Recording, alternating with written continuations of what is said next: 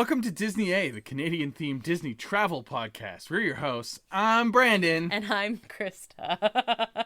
I'm still Brandon. He's still pointing. Yeah. How you doing this week, Brandon? This week, today again. Yeah, we're definitely recording this immediately after recording the last one. But it is now a week in the future. We sound very spooky. Well, it is spooky season, That basically. is. Oh my gosh. I laid out our spooky season episodes. Did you see? I didn't, no. Oh, so soon. I have not looked at our big old podcast notes, a Google Doc, in a long time, actually. Look, I did it. It's because I know the intro by heart now, so... That's true. Anyway, there's many other episodes to be excited about. There's so many. Okay, so the way it works with just like the month and the way the days are laid out, there are 5 Mondays in October this year, so we get 5 spooky season episodes. Spooky season lives in my heart every day of the year. That's true. That is true. It does, because you are dead and cold and cobwebby inside. Yeah, it's true. Uncle Deadly from the Muppets would approve. He is a good Muppet. Yeah, he's so good. He's one of the best new Muppets, I think. I mean, tease. Oh, no, wait, that was last episode. That was last episode. You should listen to our last episode. Okay, Brandon, this week, do you have a new nerd thing? I do. Okay. Lay it on me. This actually happened a week and a bit ago. Okay. But they just announced the next big patch to World of Warcraft, which I still play because I'm a big nerd.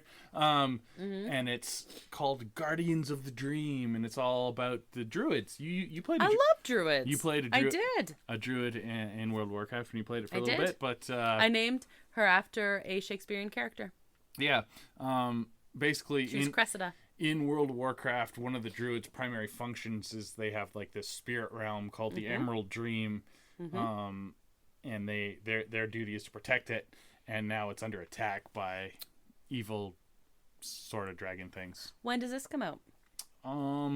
They haven't said, but theories are like around November. They have well you know how D23 was last weekend. Yeah. They have a big BlizzCon. And that's the first weekend in November, always. Oh, so okay. And they figure, like, shortly after that or around that time, it's going to come out.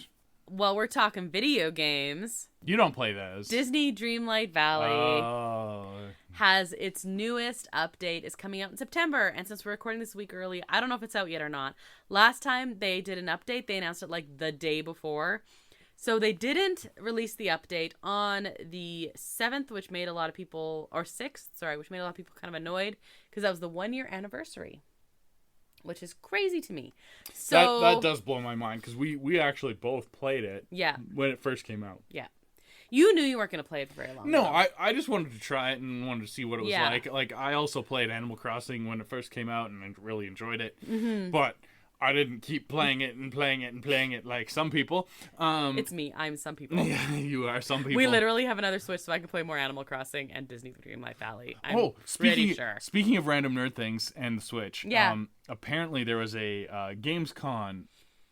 I heard there was one, in Germany, and they were apparently showing like a hush lowdown Switch 2 to some other game developers. Yeah, apparently they had a demo version of the Switch 2, and they specifically, the leak specified as the Switch 2, where it's gonna be like a similar type of system but like more powerful, like a PS5 type of power, but the same thing where you can like be a handheld and plug it into your TV.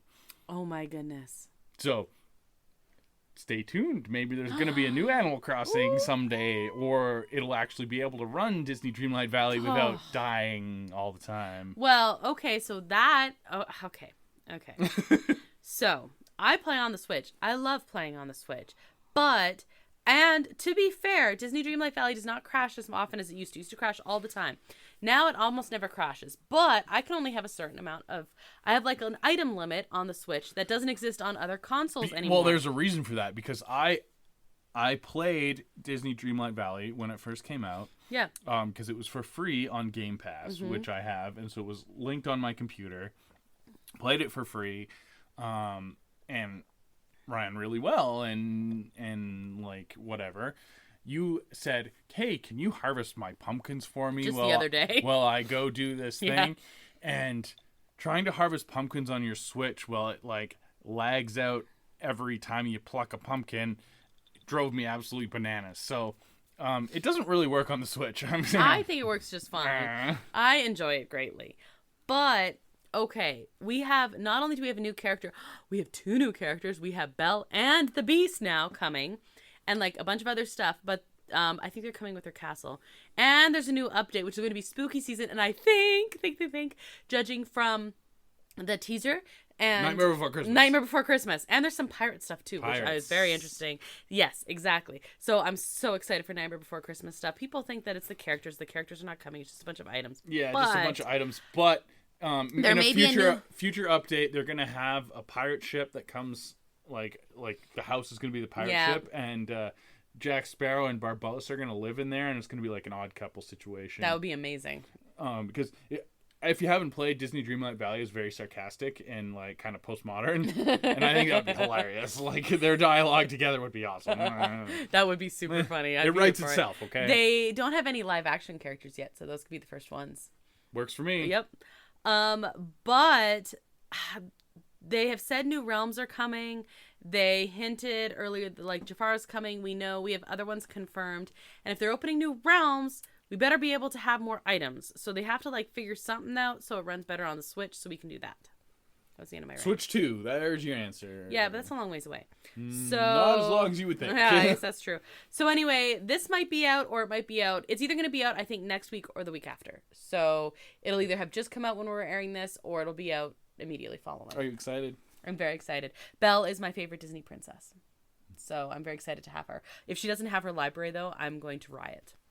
Oh, you just have to design her one. That is true. I would just do that. And that is the quickest way to her girl's heart. It's just to buy her a library. You've built me more than one. Yeah, not one with one of them ladder things. Though. I know. Or secret passageways.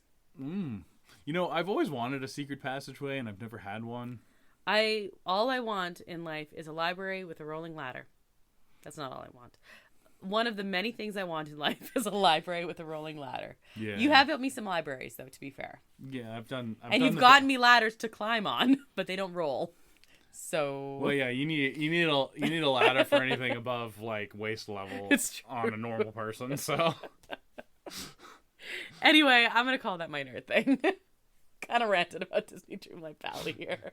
Good short episode. We're on it. We're off to a good start. Okay. We have a new Ahsoka episode, I'm sure. Probably. I don't know. I haven't seen it. I bet it's good. I bet it's Star Wars-y.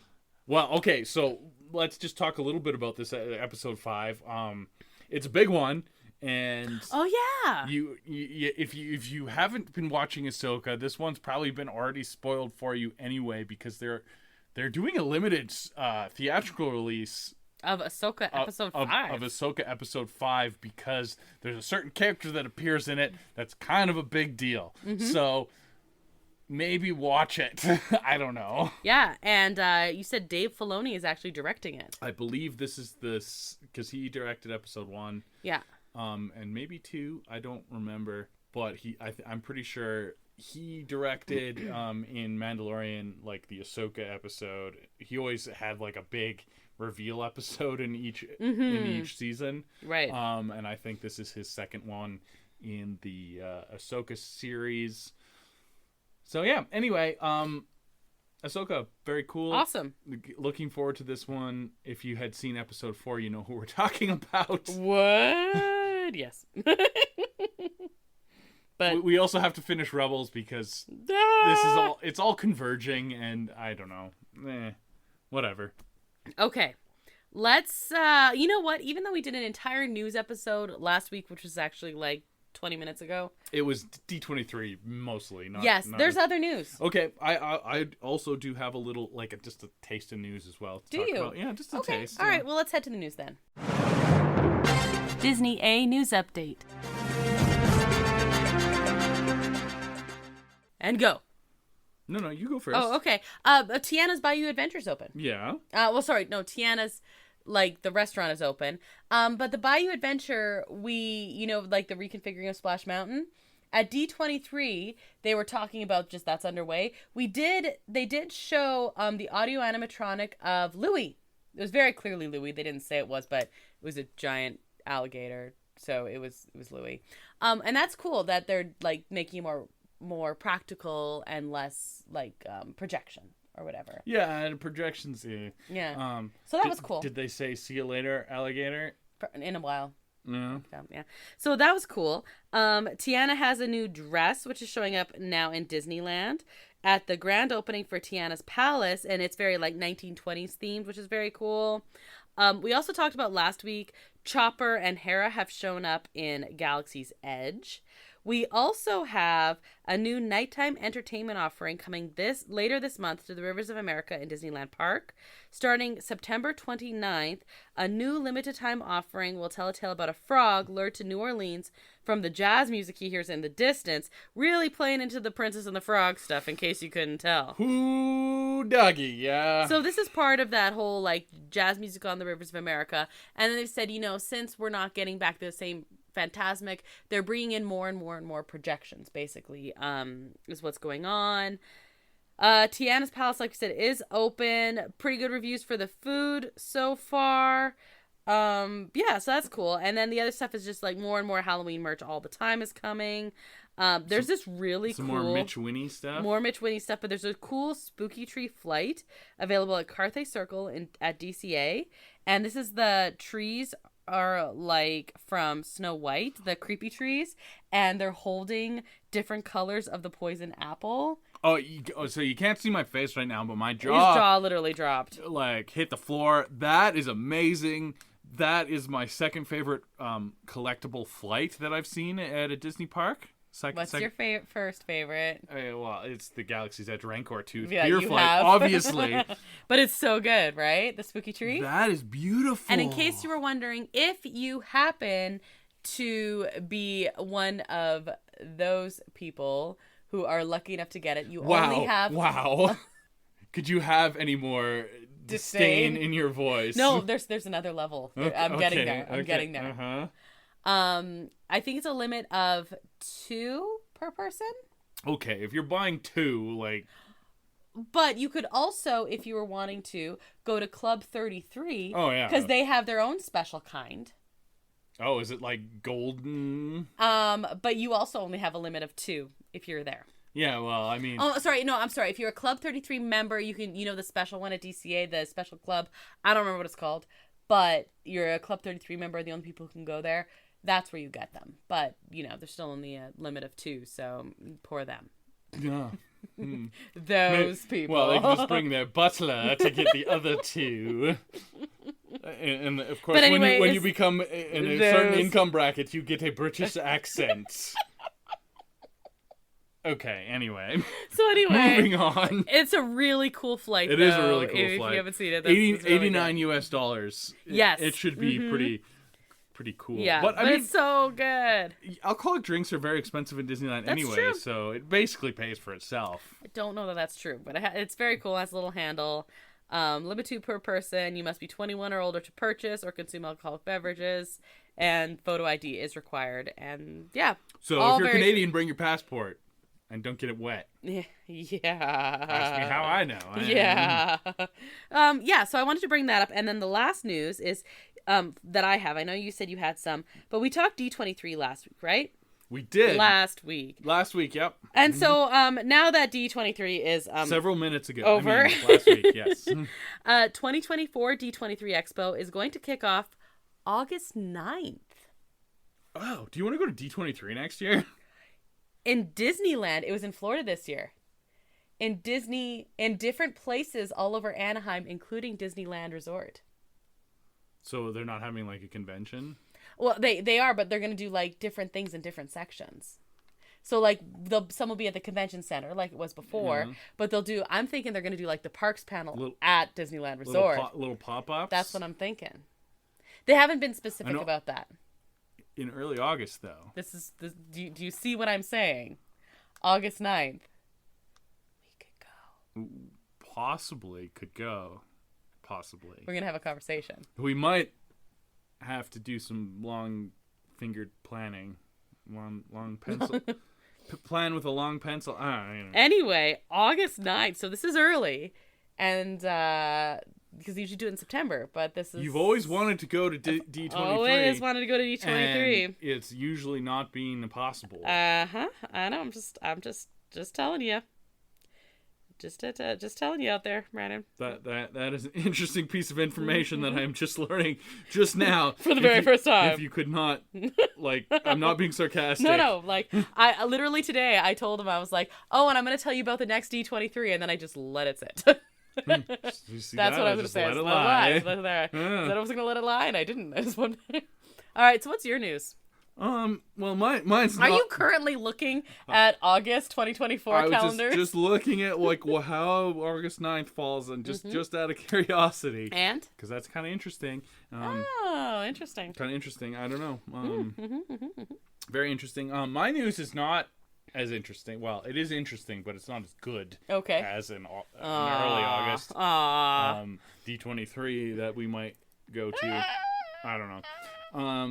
As you know, the writers and actors strikes are ongoing and things like that. So that is... This is not a good segue to any good news. No, it's not. It's really not good.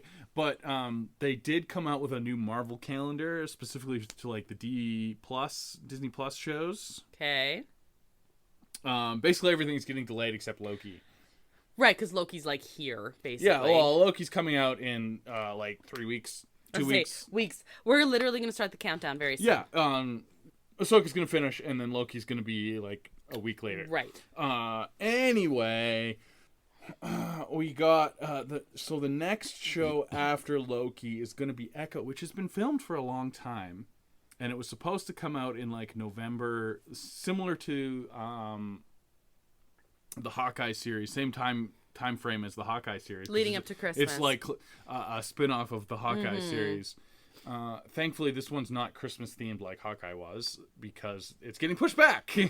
Thank goodness. Otherwise, that would not work. And isn't Echo the one they're releasing all at one time? Yes, Echo is the one that they're releasing. Okay. It's going to be the first Disney Plus binge series. Okay. Which also isn't probably not a great sign, but it's being pushed to 2024, maybe January.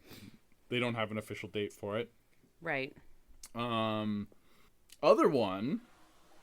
Well, what if the two animated ones, X-Men 97, which is the late sequel to the original 90s X-Men animated series, is also delayed, but that is what it is. Mm-hmm. It was supposed to come out this fall, and it's supposedly going to come out early 2024 as well. What If is going to drop in December. It's going to take over the Echo slot. Interesting. But it was supposed to come out early this year. Oh. So it's been delayed already. Oh. It's coming. It's anyway, so that we'll have Loki, and then we'll have What If. But I really liked the first season of What If, so I hope... And you know what? Didn't the first season of What If follow Loki before? Yes, I think so. Interesting. I think so. I mean, fluke, but interesting. Yeah, it is kind of interesting. Anyway, and I did like the first season of What If as well. And then this one you're going to be really interested in.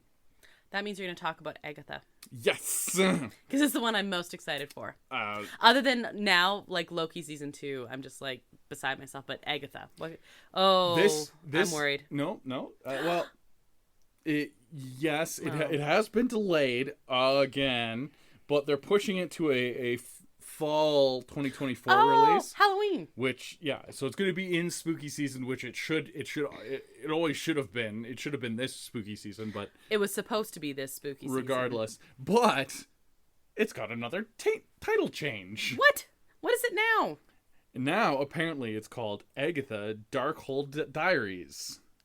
Weird. And so I did read an article about this, and it's like, Agatha gets another name change. And they said, yes, it's been delayed, and yes, it has title change.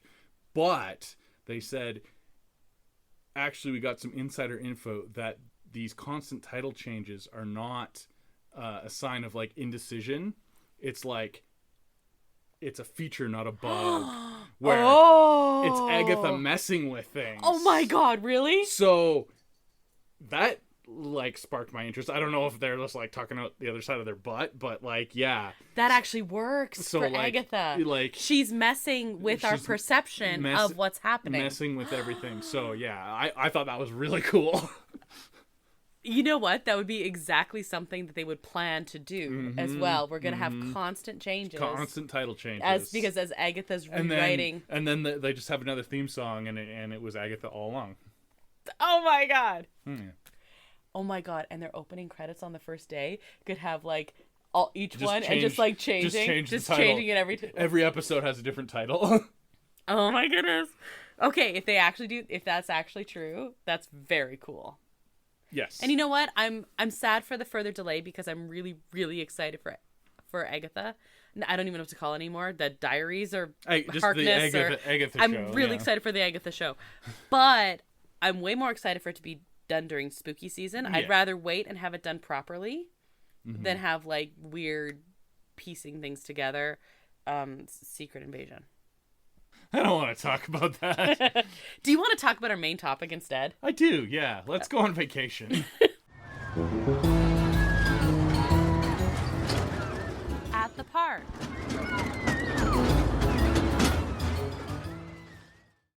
Okay, so I'm really excited to talk about this because we were originally going to talk about this last week, quote, air quotes, because we kind of forgot D23 was happening.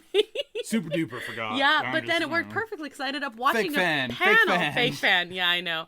No, you know what it is? You did it the week school started.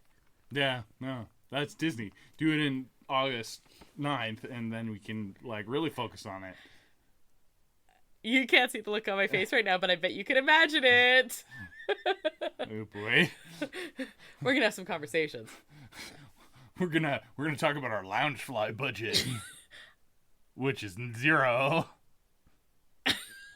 Anyway. Okay. Do you think they have a D23 Loungefly? Possibly, but again. Okay. Moving on. Okay, are you starting to worry? Yeah. Are you like the Simpsons meme, you're in danger, Ralph? Yeah. Okay. I'm Ralph sitting on the bus. Hee, I'm in danger. Okay. But it was really cool because I was watching D23 coverage and they had a panel of celebrating 25 years of the Disney Cruise Line. So we said before we were going to be doing like not necessarily a deep dive, but like a crash course in each Disney park. And as part of the parks and experiences is the cruise line. So this is kind of part of that as well. Yeah,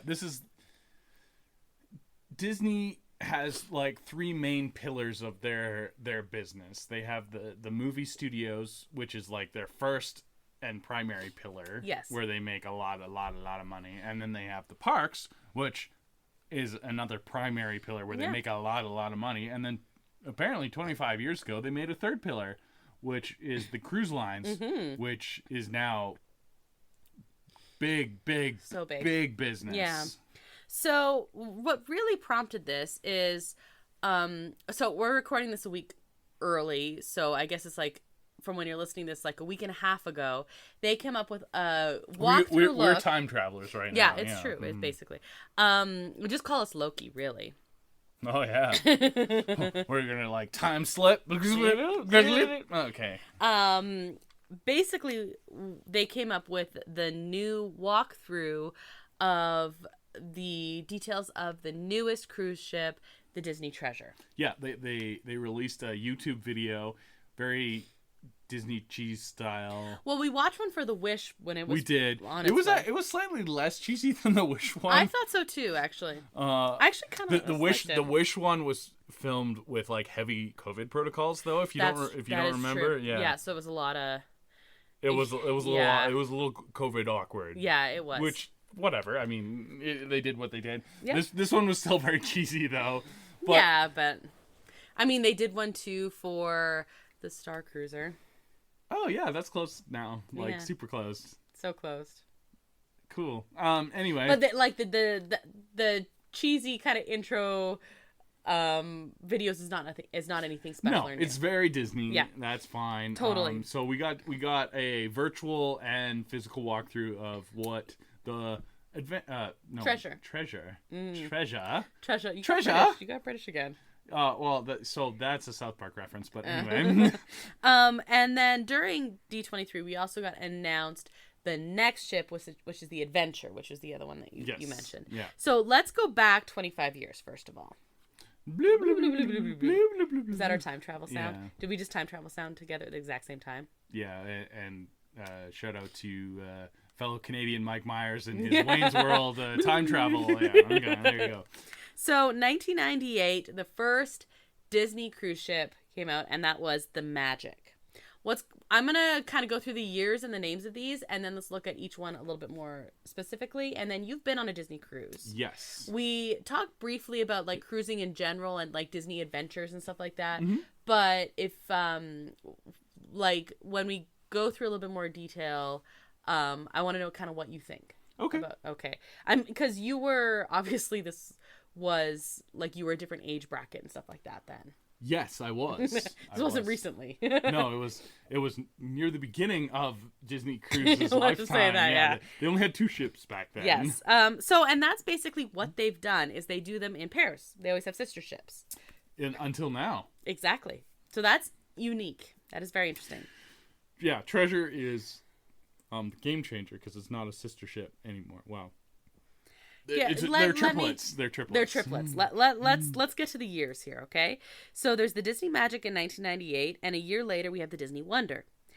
The Disney Dream came out in 2011, and a year later the Disney Fantasy. And then in 2022 we have the Disney Wish, which is we did talk about that before, and now we're going to have the Disney Treasure. Okay, so the Disney ships are all officially registered in Nassau in the Bahamas. And officially As of now, yes. As of right now, yes. And officially they began operation on July 30th, 1998. So everything has had sister ships. So there's certain different things that are true for all ships, and then I kind of want to go through like each ship a little bit more.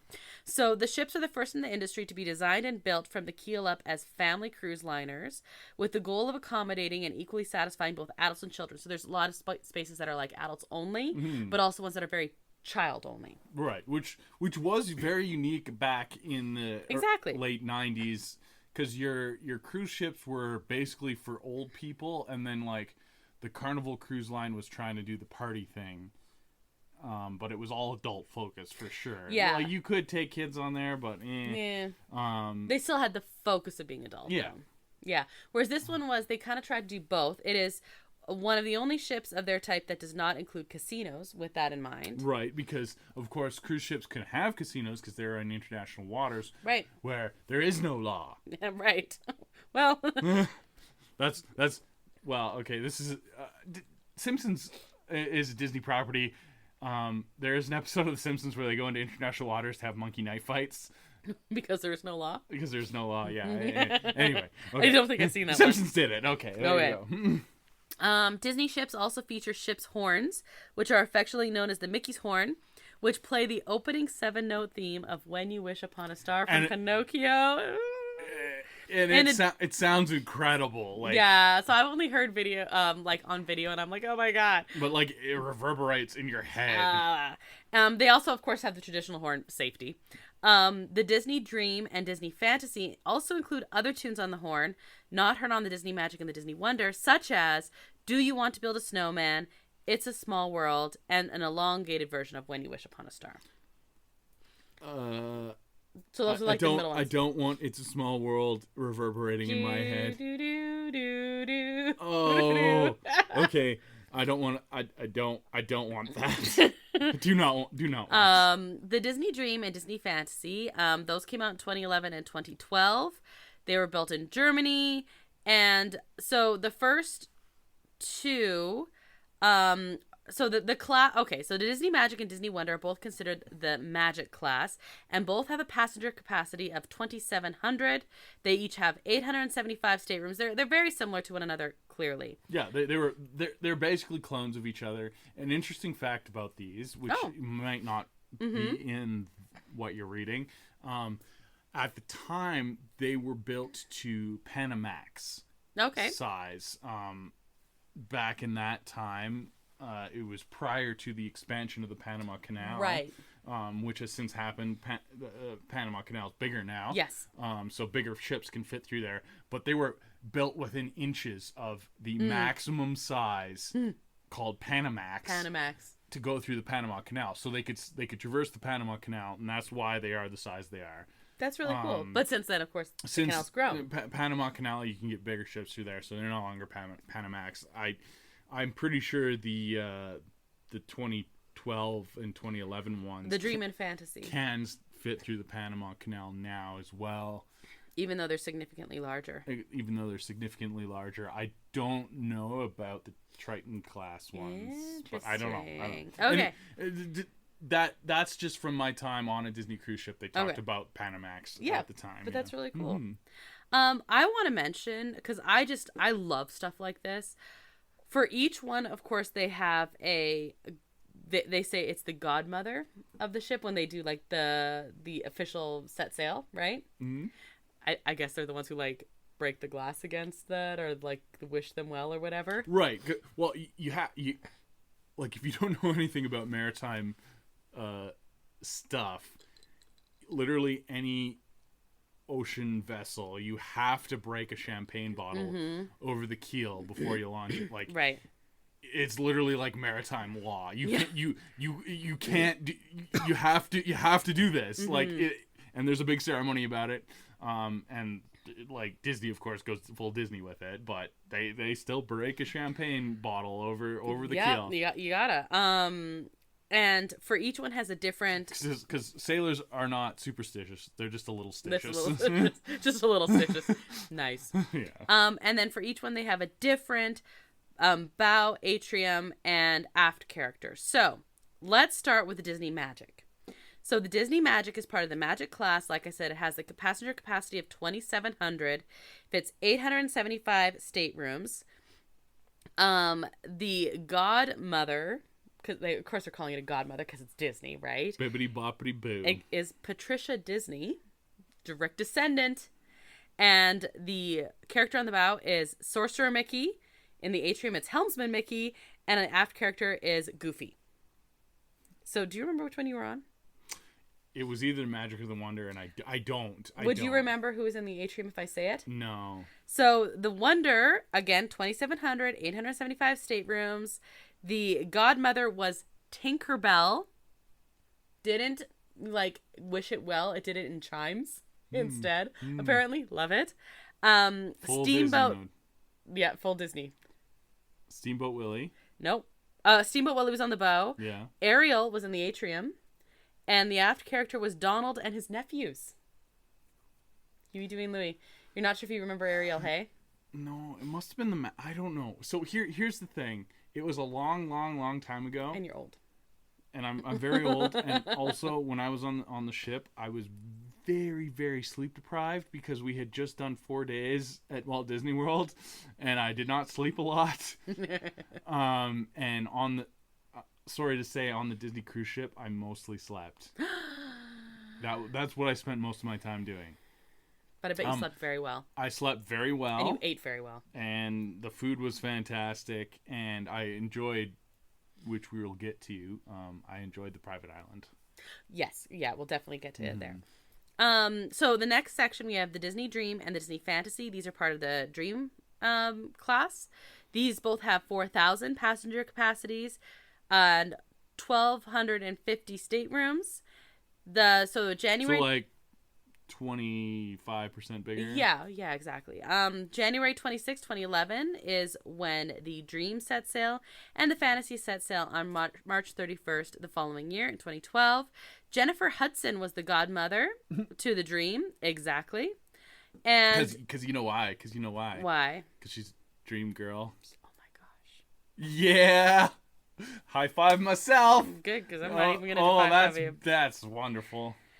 Captain Mickey was on the bow. Admiral Donald was in the atrium, and Sorcerer Mickey was the aft character. Sorcerer Mickey gets double duty. That's not fair.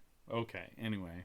Sorcerer Mickey wasn't the aft character before. Sorcerer Mickey was the bow character. Yeah, I know. But, I'm not done. Because on the Disney Fantasy, we're back to Sorcerer Mickey being on the bow. Sorcerer Mickey gets too much press time. and he is like incompetent. So that's terrible. That's terrible. Mademoiselle Minnie was in the atrium. Sorcerer Mickey is the mascot for the Peter Principle. You're really annoyed about the Sorcerer Mickey thing. Yes, I am. Can I keep going? Yeah, you can. Okay. But also, boo Sorcerer Mickey. Do you know who Timothy Q. Mouse is? No. Timothy Q. Mouse and Dumbo were the aft characters. Oh, he's the mouse from the little Dumbo. mouse from yeah. Dumbo. Though that was on the Disney Fantasy. I don't know if you heard me, but Mademoiselle Minnie was in the atrium. And that's the first time you've mentioned Minnie on a Disney cruise Oh, that's ship. true. And I'm not telling you, but the godmother for that one was Mariah Carey. Did she sing a Christmas song? Or... Which would be weird because it was March 31st. Oh. Well, so that's how they could get her. She had... She was done her regular Christmas. She was in hibernation mode. Yeah, it was like Santa. The Disney Wish came out in 2012. June 29th, 2022. On June 29th. This one also can fit 4,000 people, but 4 more staterooms. 1,254 staterooms. This one is larger, but the godmother was a giant group of Make-A-Wish children. I don't know what to say to that. Okay. I don't have. Yeah, I don't know what to say that. Okay. On the bow we have interesting. Captain Minnie. First time we Captain Minnie. There you go. Okay. So yeah. Like I said, the last time you mentioned it, that was the first. Mademoiselle Minnie. Mm-hmm. Mademoiselle Minnie. Like there was always Captain Mickey. They made a big deal about Mickey. On this ship, this was the Wish. This is the Wish. Oh, that's why it was the Make-A-Wish children. Okay. Mm-hmm. Yeah. The Wish was the first time that they made a Captain Minnie, and I mean, it's kind of cool. Like, yeah, she's great. Of course. And she did show up in the video for the treasure. Of course, Captain Minnie could captain the ship. If Mickey could captain the ship, I mean, they're both mice. Like you literally just explained that Sorcerer Mickey was incompetent. Sorcerer Mickey is incompetent. Sorcerer Minnie, you haven't seen Sorcerer Minnie because you haven't heard any stories about Sorcerer Minnie because she just does her job without screwing everything up. And if she, you know what, honestly, if she put on the sorcerer hat, she would probably just clean everything and then take the sorcerer hat off and then set it down without messing anything up. She just would have made things more efficient. Yeah, well, yeah. She would have. So Captain Minnie, Cinderella, Lucifer, Jacques, and Gus were in the atrium, and this was the first time it was more than one character. The treasure also has more than one character. Yes, but I find it hilarious that Lucifer is there. I know, right? Isn't it great? Rapunzel and Pascal are the aft characters. So is Lucifer the only villain that has appeared? Like Lucifer's like straight up a villain. No, Lucifer is such a villain. Lucifer might be more of a villain than Lady Tremaine. Certainly on the animal level. Well, yes, because Lady Tremaine's not an animal. Anyway, yeah, no, I think it's interesting that they brought a full-on villain into the atrium. Yeah, you're right. That's the only villain. In 2016, the line announced it would acquire 2 ships as yet unnamed. Now we have names. One is the Treasure and one is the Adventurer. It said they were going to be described as larger than the Disney Dream and the Disney Fantasy, but with an equivalent number of staterooms, so basically the same as the Wish. This is why we have 2 sister ships for the Wish instead of just 1. And they're not the Wish class, because every other class has been named after the first ship. This is the Triton class. Well, right now, the Disney Wish is part of the Wish class, but in 2018, they shifted this. So, March 2018, the Disney Cruise Line... early 2019, the company placed an order for a new class of ship named in public documents as the Triton class. The ship's... So, it's called on paper the Triton class, but... So it was originally called on documents the Triton class, but once they've been released, then it will take the same habit of naming it after the first one. So it's right now the Wish, even though it was part of the Triton, is now called the Wish. Okay. And once the Treasure and Adventure are released, they will also be part of the Wish class. Wish class. Yes. Okay. So it is the Wish class. So it says... I liked the Triton class. I know. I think that's a However, the ships will follow the standard naming of the class after the first ship. That again, you don't mess with maritime superstition, Brandon. That is true. Just a little stitious. It's fine. Yeah. So September 2022, we did have the announcement of the Disney Treasure at D23 Expo. You remember that thing? The ship is inspired by the theme of adventure, but we're going to talk about that a little bit more.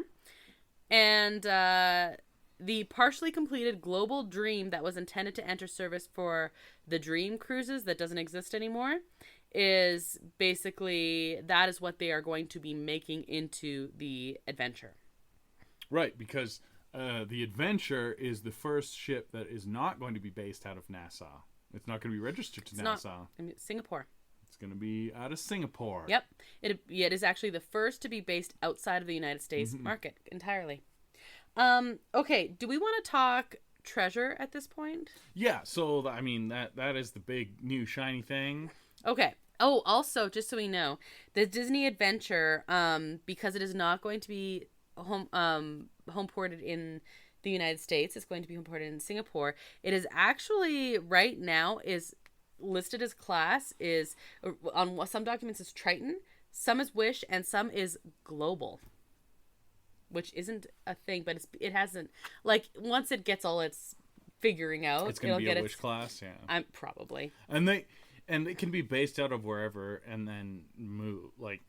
Yeah, but it is not going to be coming out until 2025, and right now it says the passenger capacity may be 6,000, up to 6,000 on this one. And how much are the Wish and Treasure? The Wish is 4,000, and the Treasure is going to be 5,000. Oh, so not quite the same. That's a big difference. They originally said it would be the same, and it is not. 6,000 is a lot. Yeah.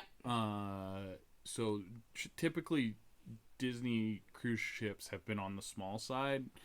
In comparison to a lot of other cruise lines, such as Royal Caribbean, Norwegian, etc. Royal Caribbean, of course, is the poster child for like huge mega ships. That's actually what I'm going cruising on in the spring. Well, that's a big one. I wanted to go. It's right now, as we speak, the largest cruise ship in the world. But by the time I go on it, it'll be the second largest cruise ship in the world, and that's about 6,000. So. Apparently the Adventure is like touching up on that large size, or the rooms are going to be super small. One of the two. I don't know. That surprises the heck out of me. I'm very curious once this gets underway. Like, I hope that they do a walkthrough still, even though it's not going to be based out of the States. Oh, I'm sure they will. Well, I guess we'll see it, and I'm curious to see what the staterooms and stuff is going to look like. So let's talk Treasure now, because like you said, it's the shiny new thing. So this information on this literally just came out. Like, what did I say, a week and a bit ago? So they start sailing end of 2024, specifically December 21st, 2024, I believe is the first sail. And you can get, tickets have gone on sale. Yes. When you're listening to this, they definitely have. They're a couple days away from when we're recording this, but... Yeah. Yep. So, the Disney Treasure is very adventure themed. So it says, set your compass toward the Disney Treasure, where the spirit of adventure meets the daring tales of classic Disney films and Disney park attractions. I did find it funny that they were talking about how adventure themed it was, and then... Named an adventure one. And then, like, literally 3 days later, they came out with the adventure ship, but... That's neither here nor there. Okay, so we notice a lot of stuff, but there's going to be a lot of comparison here with the Disney Wish, because they're the sister ships, right? So let's talk, dining, for example. They had some character dining, of course, as you do in all of these, and say like the Frozen one in Wish is going to be Coco themed in this one. Okay, you say, as you do in all of these, no, that's new. Really? With the Wish class. Oh, I thought they had them in the other ones. Very new. Oh, I lied. Yeah, no.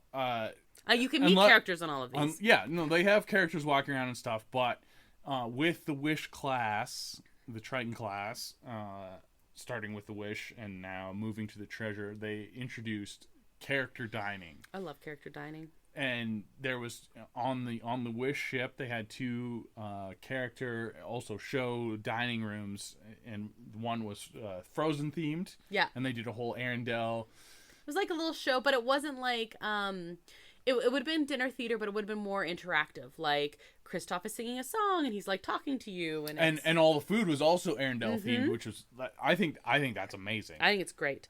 So on this one though, and then they also had the Marvel one. Yeah, I'm going to talk about that one in a second. Yep.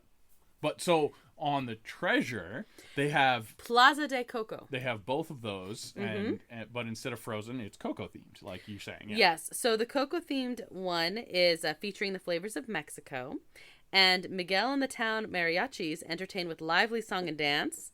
And there's the Plaza's transformation on a fun-filled Dia de los Muertos celebration with Mama Coco, Abuelita, and the rest of the Rivera family. I'm gonna say that the Coco themed food is going to be better than the Arendelle themed food. Smoked pickled fish or whatever they would have in Arendelle pickled salmon or is not the same pickled as pickled herring, or you could have some delicious tacos carnitas or something. Yeah, I don't know. So we also have Worlds of Marvel. This is a repeat. So this one was also on the Wish. So it's the same as the Wish, but the show is probably going to be a little different. They might have some of the same food or not. It's it doesn't matter, explore powerful quantum technology during Avengers Quantum Encounter. This has a special appearance by Spider-Man live and in person. And it is a global menu inspired by the origins of your favorite superheroes, with a range of delicacies from classic American to rich African flavors. So, like, they will have it's Wakanda. It's Wakanda, and also probably some shawarma. If there's not shawarma on this menu, I'm annoyed. No shawarma, we riot. We have 1923, which is a taste of old Hollywood, which was also on the Wish. Was also on the Wish. This one has fresh California cuisine, again, also on the Wish, with storyboards, sketches, and props from adventure-themed Disney movies. So this one is just leaning into the adventure-themed sketches and props and stuff. This one focuses on items from Tarzan, The Lion King, Aladdin, and more. Our other food items are Marceline Market. This is, again, a repeat. The sweet shop is Jumbo's Sweets. Marceline Market, of course, is... oh, yes, I'm sorry. The buffet restaurant, which is... named after... well, that's Walt Disney's hometown, which was new to the Wish class. The buffet used to be, all the other ships is the cabanas. But it's been redone into Marceline's Market, and amid very high reviews. Yeah, everybody likes the Marceline's Market on the Wish, so good news for the treasure to have it as well. The cabanas was like a C-, B, C+ maybe. And Marceline Market's maybe an A-. I don't know. We haven't been there, but we're willing to try. I'm just from the reviews the are very impressive. Everybody likes Marceline's Market, and like the theming as well. Yeah, theming's great. Food and everything, and variety and quality. I believe on the Wish it's the kind of the bow, and there's like windows all around, so it's very well lighted. So it's a good location as well. It doesn't feel like an afterthought, apparently. Jumbo Sweets is a giant ice cream parlor inspired by Zootopia. And there's more than 31 flavors of gelato. But not included. It's not included, which it sounds really cool, but when you're in a place where you've already paid for your ticket and that includes all your food and stuff, I'd have a hard time. I can't imagine spending more money. I love gelato, though. But you get soft serve ice cream for free. Okay, I've got more food places here. Yeah, okay. We have 2 cafes. One is the Jade Cricket. Do you know what that's reference to? The Mulan. Mulan, the Lucky Cricket. The Lucky Cricket. And the other one is the Hey Hey Cafe. Hey Hey. The rooster from Moana. Oh, I don't like the rooster from Moana. Okay. On the upper decks, there are at Mickey's Smokestack Barbecue, Donald's Cantina, Daisy's Pizza Pies, Goofy's Grill, and Minnie's Delights. There are 3 different shows at the Walt Disney Theater. Beauty and the Beast is going to be there. Disney. That's a tale as old as time. It is. Yeah. Disney Sees the Adventure is going to be there. That stars Goofy and Disney and Pixar as they journey through uncharted waters. Is it called Disney Sees the Adventure with like spelt? Yeah, okay. The ocean? Yeah, okay. It has... Nailed it! Favorite songs from Princess and the Frog, Moana, Frozen 2, and more. And there's another show, a brand new show coming that has not been seen on a Disney cruise ship before that they have not yet talked about, and that's all they're going to say. And they could probably do this all day. They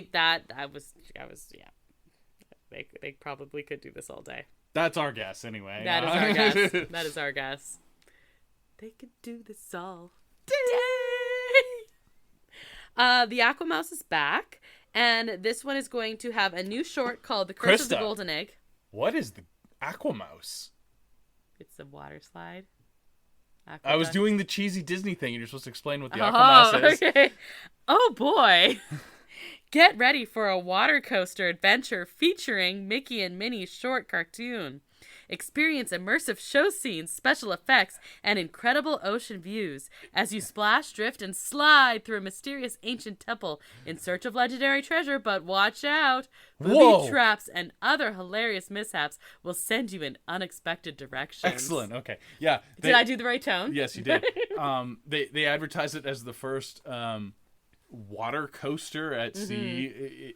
It's a water slide, and you're in a raft thing, but they also have like projections in certain spots, and so it's a roller coaster water slide Disney attraction. Yeah. So the Fantasy and Dream had the Aqueduct, which was just an aqua coaster. Like a water slide. Well, it was a water slide, but they called it an aqua coaster because there's lift hills and stuff. Yes. Which and then the Aquamouse is on Wish and now on Treasure. But the nice thing is with the screens, because there's different shorts, they're going to have the new short, The Curse of the Golden Egg, on this one, and then they are going to like share like the shows and stuff like that with the Wish. They can play whatever on those screens and give you a different little bit of a different experience. Probably change the lighting in the drops and stuff. I don't know.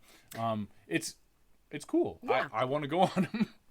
Totally. So there's a bunch of different stuff all around the ship.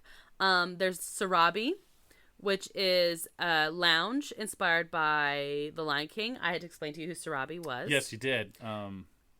Simba's mom. Yeah. Turns out Disney parents, not that important. She lives. One of the few, but still not that important. Because Mufasa's death was so terrible. Yeah, Mufasa was... There's family fun during the day, but it does become an adult-exclusive venue with live entertainment in the evening. So that's kind of cool. Musical performances, comedy acts, game shows, that kind of thing. Okay. Then we have the Hero Zone. Play, compete, and win. This is basically physical challenges, game show. There's lots of like inflatable stuff. This is on the Wish as well. It is a recreation space with a sports court, playground, game floor, and so on. You can recreate American Gladiators there. Yeah, essentially. I think that they have adult time in there. Well, the Wish does. Fingers crossed, because all the kids get cool stuff, and I just want some for me. We need to go on these to get the cool stuff. Yeah, but still. There are a total of 10 pools, plus water play areas inspired by Mickey Mouse and his pals. There's the Toy Story Splash Zone with giant rubber bath toys and a Rex family slide. So there's different... I am particularly interested in the infinity pool on the back. I think that is the adults only. Yeah, that looks gorgeous. And I think there's a bar near there as well. Yeah. There's the Wonderland Cinema is the big like movie theater, and they play like brand new movies there, like first run as well as the classic Disney movies. This one is all designed with Alice in Wonderland. And there's also another cinema, which is the Neverland Cinema, obviously themed to Peter Pan. First run. So if you're like a big Marvel fan or something like that, don't be afraid to go on a Disney cruise and missing like the new Avengers movie. Exactly. Because it'll be playing there. Well, that's a big thing, right? Like, yeah.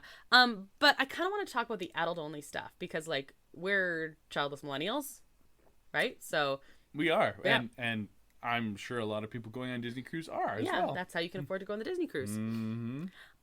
So there are definitely some things. Now, the one thing that I thought might be the coolest thing on here is the Skipper Society. It's a bar. It's a bar. It's an exotic lounge inspired by the Jungle Cruise. And it's full of puns. So many puns. I said, if there's not a freaking drink on the menu called the backside of water, I riot. Yeah. We're going to riot again. What were we rioting for before? I don't know, but I riot. Oh, shawarma. I riot a lot. Yeah, that's true. We also have the Periscope pub. So on the Wish. So first of all, Skipper Society doesn't exist on the Wish. No. That's a new. Its own thing. They had a similar bar. This is replacing. It's a Tiana's bar. I think. Yes, I think so. On the Wish. Yeah. And the Periscope pub is also new, and that is replacing the Star Wars bar, which makes me kind of sad. The Cantina. Because it was the Hyperspace Lounge. It's called.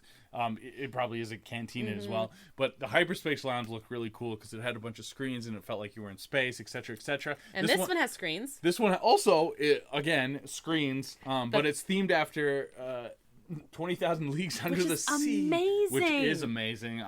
20,000 Leagues Under the Sea holds a special place in my heart because it's kind of steampunky. It is steampunky, yeah, for sure. Arthur C. Clarke, old school science fiction is very cool to me, and it's also old school Disney. And fun fact, the Disney Private Island, which we haven't talked about yet, which we should probably get to, there is a sunken Nautilus ship that you can go snorkel over top of. Is it the Nautilus? It is.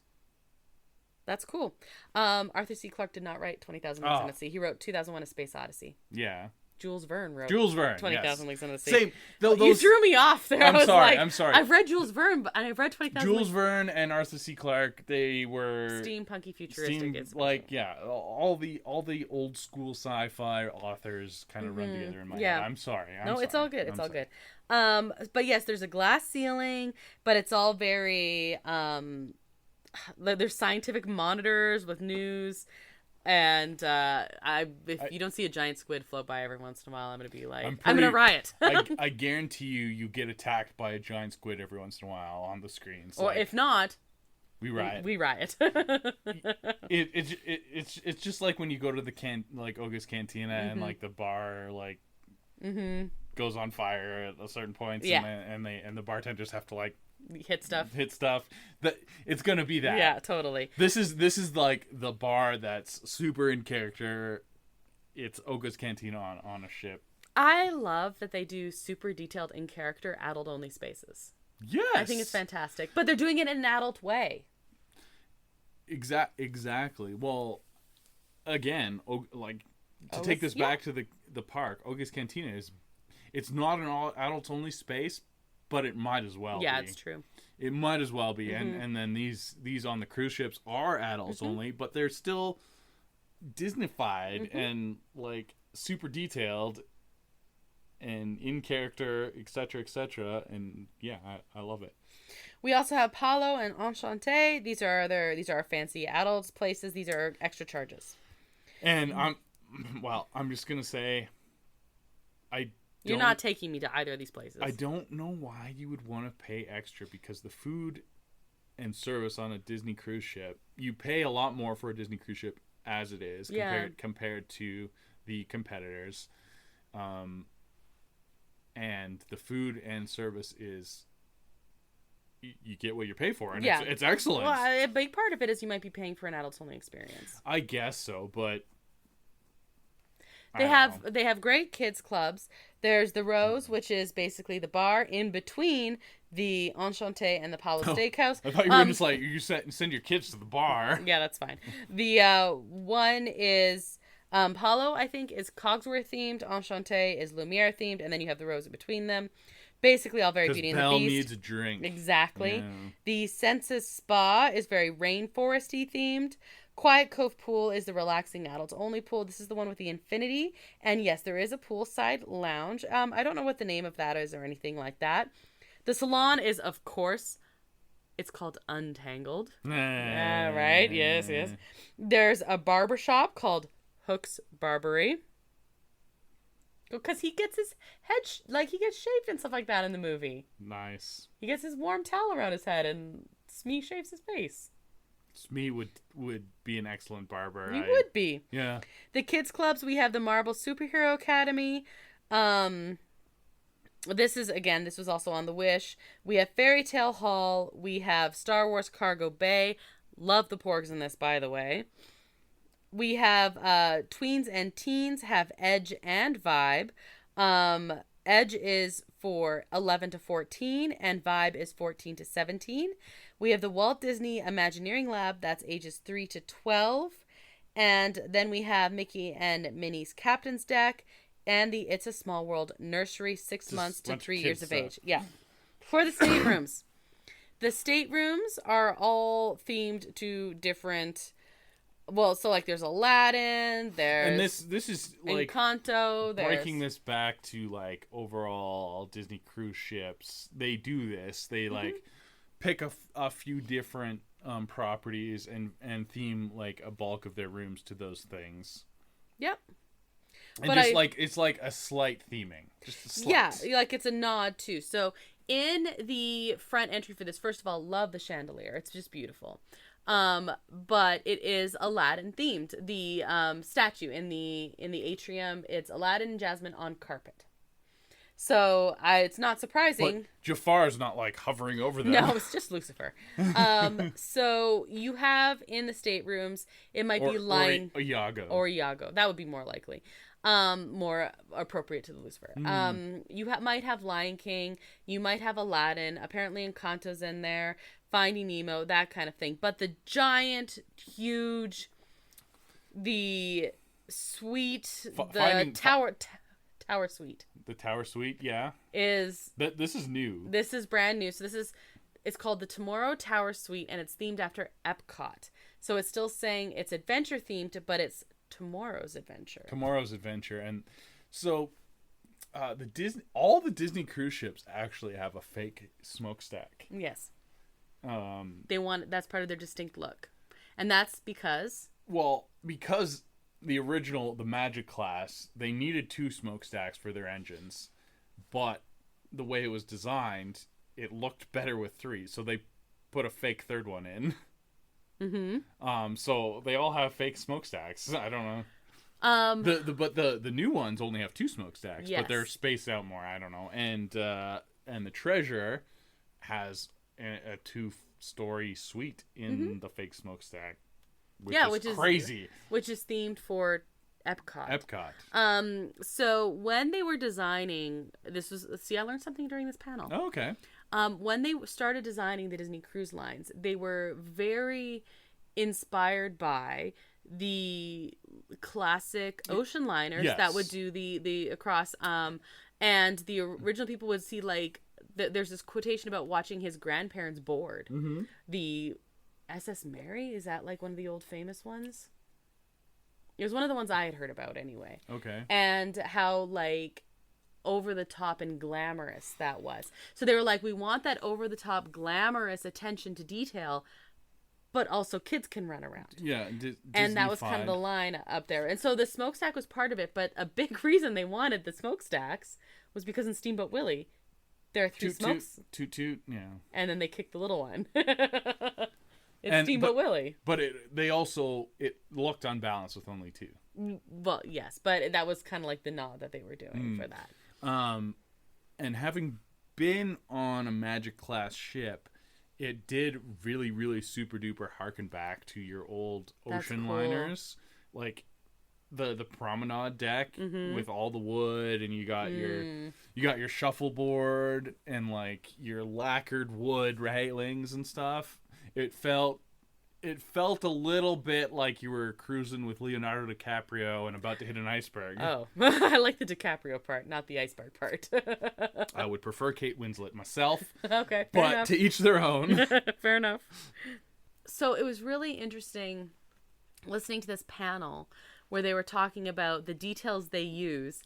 They apparently found there's a skeletal wood structure of Bambi that they were studying when they were doing the artist rendering as animators, like in the 40s kind of thing. The cruise ships have it. And it's like I don't remember which one. It must be the Wish. And there's small little things like that they went through all of the, like the vaults, the literal vaults, and found all these details, and they used those. And they found some old VHS tapes in there. Probably. And they used those in their attention to detail on that. And I'm like, that is really cool. Okay, rewind. Wooden skeletal structure of Bambi. So they built a wood skeleton of a deer? Yes. Okay. I thought maybe they had some deer bones somewhere. No, they built a wooden, so they could like see how it moved. Wooden skeleton. I missed the wooden part. The wooden. I think I said skeletal structure of wood, so I get why you were confused. I was very confused. But in case you're wondering, when they did Bambi, they also brought in a bunch of forest animals to like run around and watch how they moved. And man is in the forest. And man was in the forest. So they have all these like actual authentic details. So if you are a Disney fan, you could literally just wander around and see some of these details and be a very happy person. Yep. Like there's authentic sketches and there's like, well, and like 1923 is a perfect example. That restaurant has some very cool sketches and stuff in it. I feel like the Bambi structure they were talking about was in 1923 Wish. I think that's where it is, but I don't remember because I was just like, no, that's cool. It does have the Disney attention to detail in these cruise ships, and that's very cool. Okay, one of the biggest benefits, especially if you're cruising out of the eastern side of the United States, is that Disney owns a private island. Soon to be two. Soon to be two. We just talked about that last episode. The Lighthouse Point Key, or whatever it's called. Lookout Key on Lighthouse Point. Lighthouse Key on Lookout Point? I don't know. Anyway, doesn't matter. This summer. That's going to be really cool. But Castaway Key has been in operation since Disney Cruises started, and it's a highlight. It is. You have the whole island to yourself. They only dock one cruise ship there, I think. Maybe. That's cool. Maybe. I don't know. Used to be, of course, only one because they would only have two. They only had two ships. But you have this is big Bohemian island, and it's all Disney themed. The whole idea is you're like kind of cast away there, right? Right. But Mickey and friends make it at home for you, and there's like a bunch of food and the beaches are absolutely gorgeous white sand. Like the Bahamas has gorgeous white sand as it is, but I'm pretty sure that they dredge up more for Disney. Like absolutely every grain is perfect, right? And then they have all the places you can swim and you can go snorkeling. And there's Disney stuff you can see while you're snorkeling. There's of course your tropical fish. Of course. But you can also see hidden Mickey. You can go find a whole bunch of hidden Mickeys. That's so cool. And then like probably Finding Nemo stuff. Right. Because you were there prior to that. But I'm sure they put a bunch of Finding Nemo stuff in there because that just makes sense. Like Little Mermaid stuff. Oh, Little Mermaid's on Disney Plus now, by the way. Forgot to say that during the news. Oh, the live action one. Yeah. We're going to watch it. Very reticent. Well, we haven't watched it yet, which goes to prove that. But we are going to watch it. Very reticent. And then like stuff like the Nautilus. There's a literal Nautilus there. Also, I saw my first barracuda at Castaway Key. Oh, that's cool. Not as big as the one that tried to eat you last summer. But he's like old, lazy, toothless barracuda. Barracuda. He's not the one who ate Nemo's family. No, he very old and lazy. He's probably not alive anymore. That was a long time ago. Yeah, barracuda live a long time, but not that long. Very cool, and I love that they use older stuff. That's one thing that I'm actually really loving about the information on the Treasure and some of the stuff on the Wish is that they are harkening back to some classic stuff. 20,000 Leagues Under the Sea is a perfect example of that. Both with the Periscope pub, as well as what you're saying with actually being able to see that. Was that your favorite thing on Castaway Key? Well, I really like this. This was early on in my snorkeling career. I had done a lot of freshwater snorkeling. This was my first ocean snorkeling was on Castaway Key. I also did some ocean swimming in Nassau because that was a stop on on that cruise as well. But Castaway Key was really, really cool. That's cool. Like I said, we had gone hard for 4 days at the 4 parks of Disney World and also including Disney Quest, which was open late and existed back then, which was a highlight for me. And so I was very, very tired when we had boarded the ship. I spent a lot of time in the cabin sleeping. I didn't spend a lot of time because I think I was 15, 14-ish. Mm-hmm. At the time, I didn't spend a lot of time in the teen club. I was also super introverted, so I didn't want to meet. Yeah, well. And still am. I still am, yeah. Yeah, exactly. So I didn't spend a lot of time wanting to meet new people. It was also a short cruise. Like, we were only on there 3 nights. Right. We did get to see all 3 restaurants that way. Okay. The type of dining. This is different. This is another Disney thing. Right. Okay. So if you're a cruiser, you're used to the included dining is the main dining room, yes. quote unquote. They don't have a main dining room on a Disney cruise ship. Right. Any of the Disney cruise ships, they don't have a main dining room. You rotate to the different themed restaurants, but on ours you rotated also like a big table. You sat with all the same people every night, and your servers came with you. Right. So you got to know your servers really well. And your servers got to know you really well. Mm-hmm. And then you would be able to tip them at the end of your cruise all in one. And then that was handy as well. So nice. And rotational dining. I think it is rotational dining, but it's a little more interesting than like just your typical main dining room, which can be good on other cruise ships, whatever. But like your pay extra restaurants are actually more boring than what your included restaurants are, because especially on the new cruise ships, that's where your show is. Your Frozen, your Coco, your Marvel. I honestly think you're paying for adults only. You're paying for adults only. I think actually because when I went, my parents actually got upgraded to an adults only, and I may have just ordered room service for myself or something. I don't know. That was a long time ago. And I was sleeping most of the time. I was very tired because, like I said, we went hard at Disney World, 3 days on the ocean, and then we were going to Universal Studios after. So, right. And that's what I was most excited about. They had big roller coasters, and that's how that goes. Cool. Would you go on another Disney cruise? I guess I have to, because you can't see me grinning like a ridiculous person. Like a Cheshire cat. The Cheshire Cat should be a bow character. He would make a good bow character. He would make a good bow character. Did you mention the Tangled bow character? Yeah. Okay. Yeah. Rapunzel's with Pascal. Rapunzel makes a very good. Yeah, she's using her hair because she paints. She's painting, and it's her painting the name on the back. Yeah. No, that is a good one, and I'm not anti Rapunzel, but she's not like my favorite thing in the world. But she suits that so well. I'm a fan of things like that just suit well.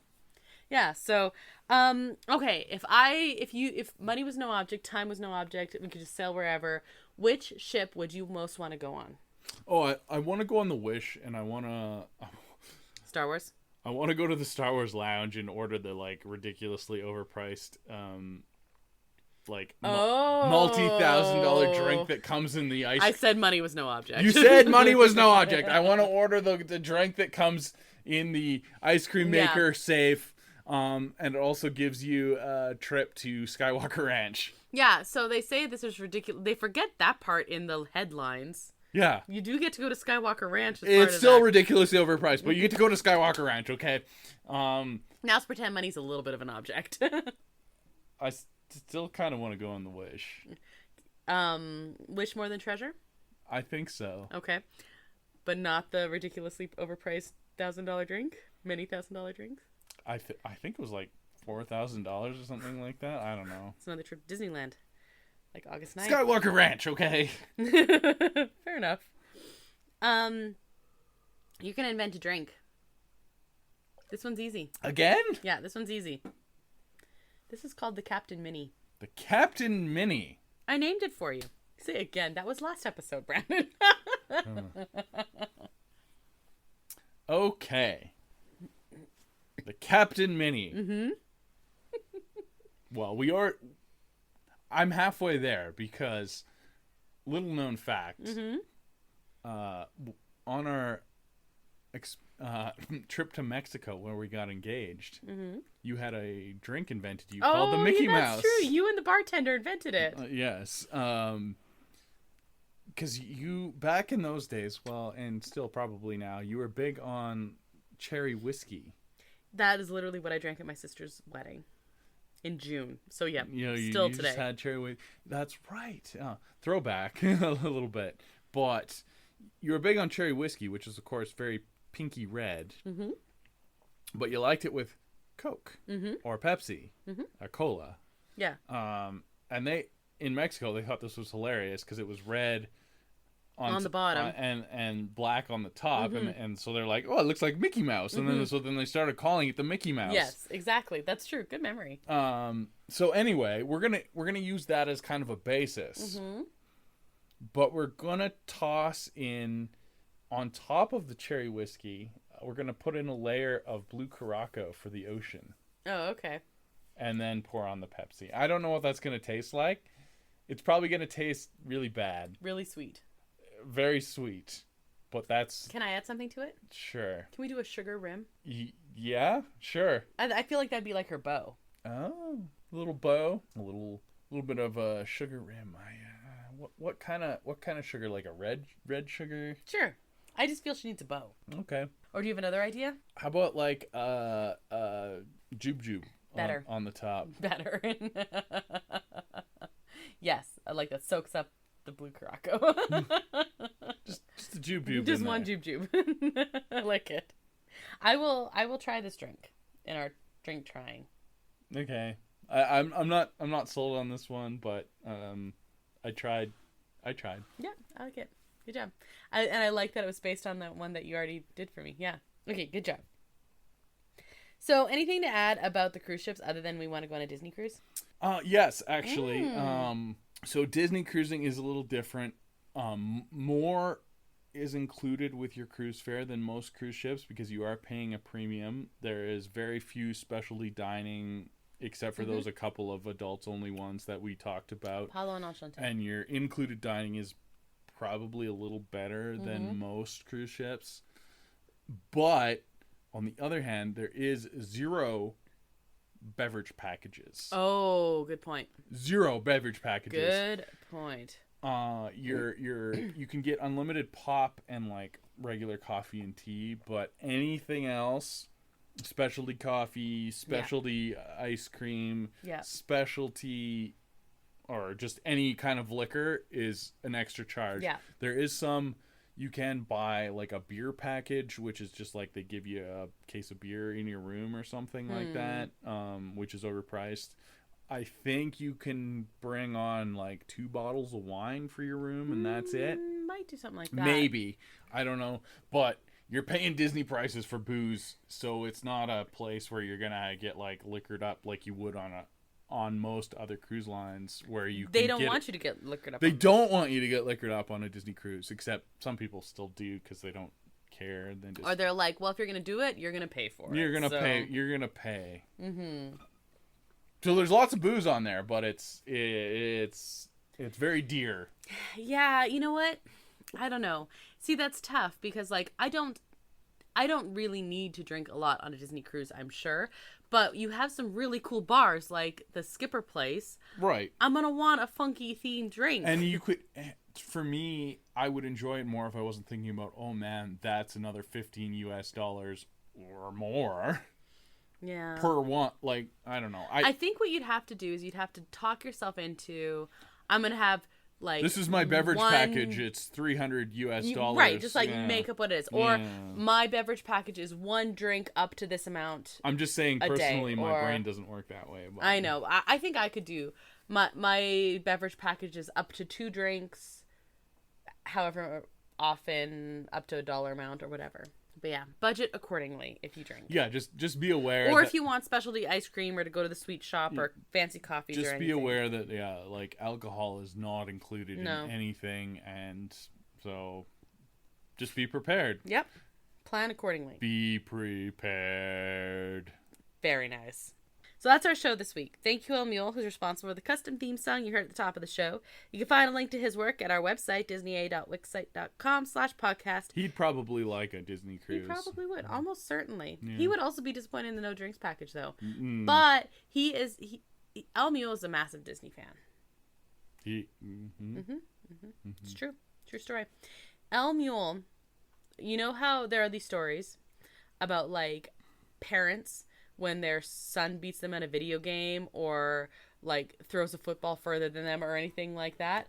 Which would never happen to me. No. He's my youngest brother, and he's the first one who beat me at Disney Trivia, and I was both devastated and, like, so proud. Did he beat you at Disney Trivia, or did he just know one thing? He knew one thing that I didn't know, and it was a song, from a movie that came out when he was a kid, and I was, like, moved out and everything. It was a song from Brother Bear. I thought it was like Home on the Range. No, we walked into Disneyland, and there was a parade going, but it was, like, coming, you know how, like, Main Street, you're saying, it's coming on the one side, and we, like, went down the other side to, like, avoid the parade, because we had just gotten to the park. And I was like, oh, I don't know this song. I was like, what is this song from? And he listened to a minute, and he said, oh, it's from Brother Bear. And he knew it, and I didn't. And I was just like, I am so proud right now. Good aside, but knowing something from Brother Bear is not a big... Well, I know it now. It's Phil Collins. You can find a link to his work on our website. You can email us on our website, and you can find links to our social media accounts. We're most active on Instagram, but also occasionally on Facebook. And we exist on Twitter, but not really. X. We exist on X. Ugh. It marks the spot, and the spot is not where you want to be. No, that's true. You can find Disney A episodes on all podcast streaming platforms and on our YouTube channel, Adventures A. If you've rated or reviewed our podcast, thank you. And if you haven't yet, please do. It helps us a lot and helps others find us. Or we riot. Exactly. If you know someone who might like listening to us, be sure to recommend Disney A as well. And the more people in your town that you listen to, the more likely it is Brandon is going to find it and pick it for our Better Know a Listener episode. I didn't do it this week because... You just did it. Yeah, no, you just did it. I just did it. Yeah, it's all good. Again, we're spoiling this, but this is... literally minutes after our last episode. We're time traveling. We're time travelers. We're like Loki. Next episode, Brandon, you know what we're doing next episode? I've not a hot clue. You know how we've been doing the decades episode for like ever? I thought we had caught up. One more left. This is going to be it. We did the 2000s. We've got the 2010s. And that's it. Are you excited? No, I'm kind of sad. I know. But that means I'm old. There's 2010s. Yeah, it's done. That's disappointing. I'm old. It's disappointing that you're old. We can break the 2010s up into two if you want. No, I don't. You just want to do it? I guess so. So I'm Krysta. I'm Brandon. And until the next adventure, TTFN, ta-ta for now. I'm old. Thanks for listening to Disney A.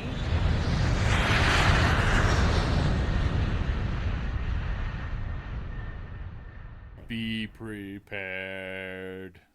Very nice. You're supposed to go, thanks. And then we had 2 Disney references in one.